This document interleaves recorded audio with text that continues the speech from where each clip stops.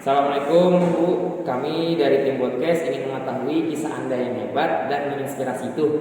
Bolehkah Ibu Mela mengizinkan kami mengetahui apa sih yang sudah Ibu lewati sampai bisa sehebat sekarang ini?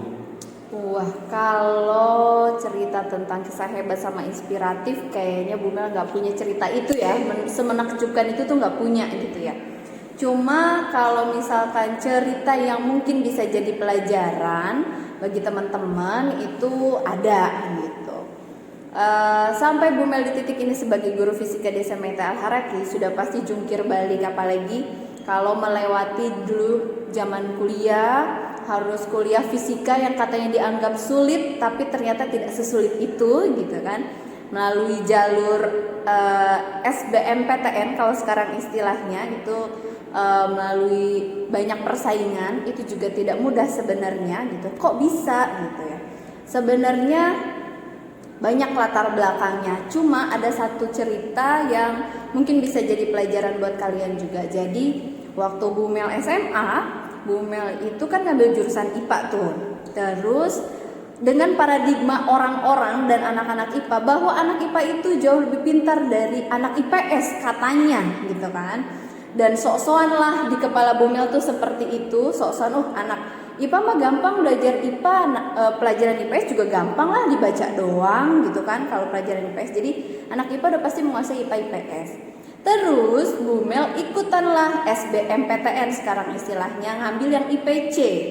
IPC itu berarti Bu Mel ambil jurusan IPA boleh, IPS-nya boleh gitu.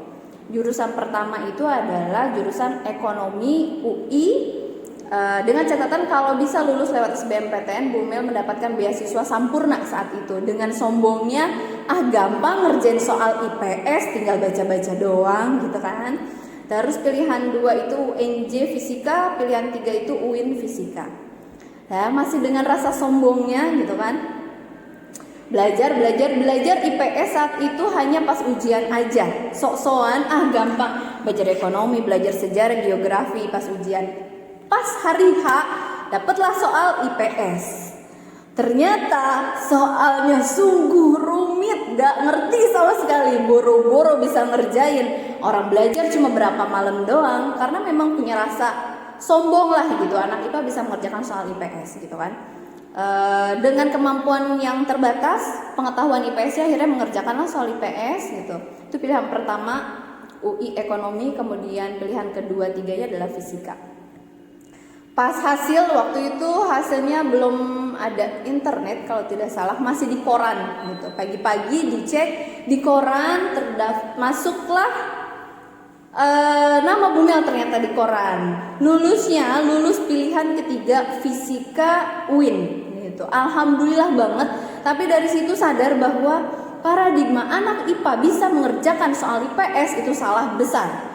Paradigma anak IPS itu tidak lebih pintar dari anak IPA itu salah besar.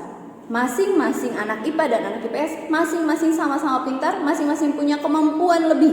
Satu di IPA-nya, di hitungan, di eksakta, satu pasti di sosialnya, komunikasinya. Dan kalau masih berpikir anak IPA bisa mengerjakan soal IPS, ngambil IPC, nggak fokus gitu kan, itu belum tentu pas hari H pasti ngeblank, karena belajar itu tidak bisa hanya 1 malam, 2 malam, 3 malam. Itu harus drill soal. Kalau kamu memang punya keinginan tadinya IPA ambil jurusan IPS, berarti kamu dari sekarang harus siap-siap belajar IPS dari awal gitu. Jadi yaitu dampak dari kesombongan akhirnya nggak dapat pilihan satu gitu kan. Dengan harapan dapat beasiswa sampurna di UI, gagal sudah karena memang paradigma yang salah. Itu sih. Semoga teman-teman juga di sini menyadari kemampuan kalian di mana, fokus ambil jurusan apa, baik kuliah maupun karirnya gitu. Kalau memang dari sekarang ternyata jurusan IPA pengen kuliahnya IPS, berarti dari sekarang pun harus punya dream mapping, to-do list apa aja yang dikejar ketika kamu ngambil IPS. Itu aja sih. Semoga bisa menginspirasi. Kalau cerita menakjubkan Bu Mel gak punya, tapi semoga itu bisa bermanfaat untuk kalian. Ya, sepadan banget. Gak mudah masuk PTN saat itu ya. Gak mudah masuk PTN tanpa kerja keras. Kemudian kalau kita terbiasa kerja keras, maka ketika kita memasuki jenjang karir pun kita akan mendapatkan karir yang bagus. Karir yang bagus bukan berarti kita menghasilkan uang yang banyak, tapi bagaimana kita bisa mengembangkan diri. Jadi kerja keras itu nggak bisa saat itu di push gitu untuk mengerjakan sesuatu, nggak bisa. Tapi memang harus dibiasakan dari SMA, kemudian pas kuliah gimana kita ngejar IPK, gimana caranya biar cum laude gitu. Alhamdulillah Bu Mel cum laude itu di fisika. Tapi buat apa sih cum laude itu? Sebenarnya itu cuma angka. Tapi bagaimana kita membentuk diri kita terus kerja keras, terus fokus menggapai mimpinya. Jadi pas di jenjang karir pun itu terus dilakukan gitu. Jadi bukan target nilai atau angkanya. Di cerita yang tadi yang paling membekas yaitu karena Bu Mel memiliki paradigma yang salah saat itu karena sifat sombong, akhirnya ketika Bu Mel menjadi guru, bagaimana Bu Mel bisa menyampaikan itu ke anak-anak, bagaimana Bu Mel bisa menyampaikan paradigma salah itu ke orang tua. Karena beberapa orang tua mungkin berpikir, kamu udahlah masuk IPA aja biar pinter, padahal salah. Kalau memang kemampuannya IPS, anak IPS juga banyak yang pinter gitu. Jadi dari cerita tersebut pelajarannya sampai saat ini Bu Mel menyampaikan itu ke anak-anak, Bu Mel menyampaikan itu ke orang tua biar tidak salah pilih gitu. Dan paradigma anak IPS tidak lebih pintar dari anak IPA itu salah besar. Mereka punya potensi masing-masing. Oh, alur ya. Tips and trick 1 ya. Udah pasti karena kita itu di dunia sebagai hamba Allah ya. Tidak lepas dari meminta sama Allah. Kedua, perbaiki hubungan kita sama orang tua. Ketika kita punya mimpi, minta doa orang tua. Ketiga, perbaiki karakter diri, mulai dari mandiri, kerja keras. Bu, boleh gak sih kalau kita punya mimpi tapi kita masih main? Oh, boleh banget.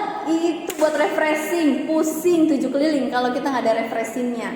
Yang penting, 1, kita bikin dream mapping di buku apa ditempel di dinding, ditulis dream mappingnya apa, kemudian tulis to-do listnya, apa yang harus kita lakukan untuk capai dream mapping, ditempel juga. Itu aja sih, jadi setiap masuk kamar lihat tulisan itu tuh, oke, target gue ini, oke, target gue abis ini itu gitu. Tapi kalau misalnya ini gak kecapai, gue punya cadangan ini gitu. Teruslah punya mimpi. Tanpa mimpi kita sulit menjalani hidup.